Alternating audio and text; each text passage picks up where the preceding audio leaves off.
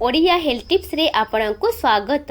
आज मु आपणको शीत दिनिया गोईठी फाटिबा समस्या रो मुक्ति पाइबार केतोटी घरोई उपाय विषय रे बतेइबी। शीत दिन रे गोईठी फाटिबा एक साधारण समस्या। केतेक लोकंकर गोईठी शीत दिन रे सामान्य फाटुथिला बेले आउ किछि लोकंक गोईठी अत्याधिक फाटी सेतिरु रक्त बोही थाए एवं चलाबुला करिबारे असुविधा होई थाए। किंतु एमिति किछि घरोई उपाय अछि जहा द्वारा गोईठी फाटिबा समस्या को 3 दिन रे भल करा जाई पारिबो। आमर पापुली एवं गोईठी रे तेल सृष्टिकारी ग्रंथि न थाए, तेणु एही सबु जागर त्वचा अधिक ड्राए बा सुखिला होई थाए। तेणु गोईठी को प्राकृतिक उपाय रे ओदा रखिले शीत दिन रे गोईठी फाटिबा समस्या को एड़ा जाई पारिबो। चालंतु जानिबा किछि घरोई उपाय विषय रे जहा साहाय्य रे फटा गोईठी को शीघ्र भल करिबा सहित भविष्यत रे एही समस्या रु मध्य मुक्ति मिली थाए। प्रथम उपायटी हेला निम्ब पत्र, आलोवेरा जेल, महू एवं हळदी गुंडरू तैयारी पेस्ट रो व्यवहार। एही पेस्ट बनैबा पाई प्रथमे किछि निम्ब पत्र सहित अल्प पानी मिसाई ग्राइंडर साहाय्य रे पेस्ट तैयारी करंतु। गोटिए पात्र रे 1 चमच निम्ब पत्र पेस्ट, 1 चमच महू, 1 चमच आलोवेरा जेल एवं 1 चमच हळदी गुंड मिसाई भल से मिक्स करंतु। गोईठीर फटा जागारे एही पेस्ट एक मोटा स्तर लगांतु। यहाकू 20 मिनिट जाए सेमिति रहिबाकू दियंतु। तापरे यहाकू धोई दियंतु।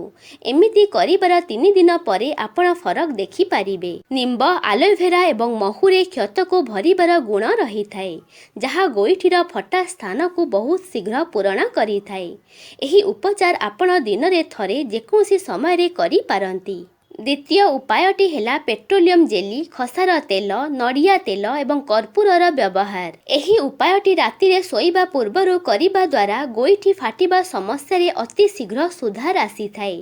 एही पेस्ट बनैबा पाई आमको दरकार पेट्रोलियम जेली, खसार तेल, नड़िया तेल एवं कर्पूर। गोटिए पात्र रे 2 चमच पेट्रोलियम जेली, 1 चमच खसार तेल, 1 चमच नड़िया तेल एवं आधा चमच कर्पूर गुंड पकाई यहाकू भल से मिक्स करंतु। प्रतिदिन राति रे सोइबा पूर्वरु एही पेस्ट को गोईठीर फटा अंश रे लगाई भल से मालिश करंतु एवं ता परे पाद रे सॉक्स पिंदी राति सारा छाड़ी दियंतु। एमिति लगातार 5 दिन कला परे आपण देखिबे फटा गोईठी समस्या रे बहुत सुधार आसीथिबो। जदि आपण पेट्रोलियम जेली पाउ नाहांती तेबे एथिरे बाजार रे बिक्री होउथिबा भेस्लिन मध्य पकाई पारंती। एही दुईटी घरोई उपाय सहित आउ केतोटी दिग प्रति ध्यान देले भविष्यत रे गोईठी फाटिबा समस्या देखा जाई न थाए। शीत दिन रे शोष न लागुथिले मध्य प्रचुर परिमाण रे पानी पीबा आवश्यक। एहा द्वारा शरीर को उत्तम पोषण मिले एवं त्वचा शुष्क हुए नहीं। शरीर रे पानी रो अभाव हेले त्वचा सुखिला होई ओठ, पापुली एवं पाद फाटी थाए। घरे मजा पिंधि चलप्रचल हुअन्तु। एपरि करिबा द्वारा पादरे धूली मड़ी न लागिबा सह फटा मध्य हुए नहीं। सप्ताहरे थरे उषुम पानी रे पाद बुड़ाई रखिबा उचित। यहा द्वारा पाद को आराम मिली थाए एवं पादरे थिबा धूली मड़ी सबु बाहरी जाई थाए। एहा थिला फटा गोईठी भल करिबार केतोटी घरोई उपाय। एही भिडियोटी केमिति लागिला मोते निश्चित कमेंट करी जणाइबे।